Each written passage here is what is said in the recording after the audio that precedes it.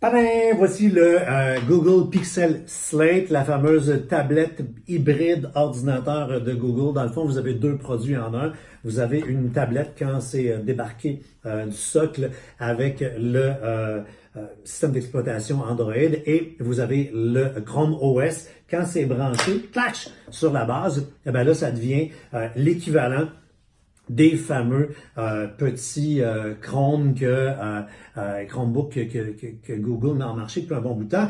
Si vous connaissez pas, finalement, c'est comme un ordinateur qui a pas vraiment rien à l'intérieur, mais on utilise l'ensemble des applications de Google. On parle de tout l'écosystème des fameux Google Docs, Google Sheet, Google Calendar et compagnie. Donc, au lieu d'avoir la suite Office dans son ordinateur, on utilise des applications gratuites de Google, ce qui fait que l'ordinateur n'est pas obligé d'être aussi puissant, même si en fonction du modèle que vous achetez, là, ça va d'un i5 jusqu'à un i7. À i7, on est quand même à quelque chose d'assez performant. Bref, ce qui est intéressant de la machine, c'est d'abord sa mobilité. On peut se déplacer avec.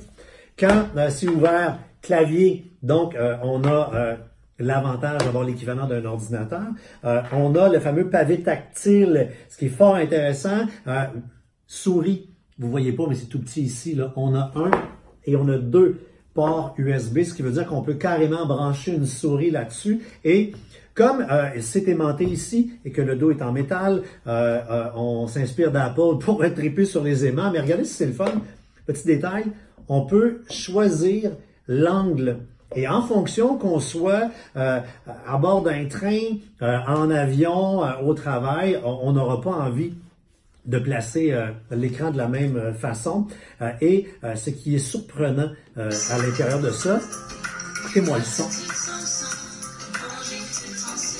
Fascinant de voir comment on est capable maintenant, avec la miniaturisation, d'avoir un son de qualité, les graves qui sont même pas vilains.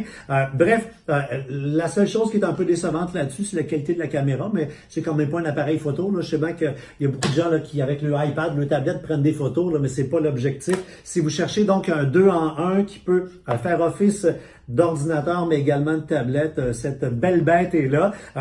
Calculez quand même, selon ce que vous achetez, un budget assez intéressant. On part à 850$ pour la base dans le plus petit modèle. Je parle plus petit au niveau du processeur. Mais bon, on rajoute 259$ pour le clavier. Il y a un crayon qui, en passant, est vraiment le fun. Parce que quand on est en mode tablette et qu'on écrit, on va avoir à l'écran écrit à la main. Et c'est comme si ça dactylographiait, ça va écrire comme si vous tapiez sur les touches du clavier. Pour le travail, ça peut être drôlement intéressant quand on apprend des notes rapidement, je pense aux étudiants. Enfin bref, une autre alternative sur le marché pour compétitionner évidemment le Surface de Microsoft, le iPad Pro qui est sorti aussi.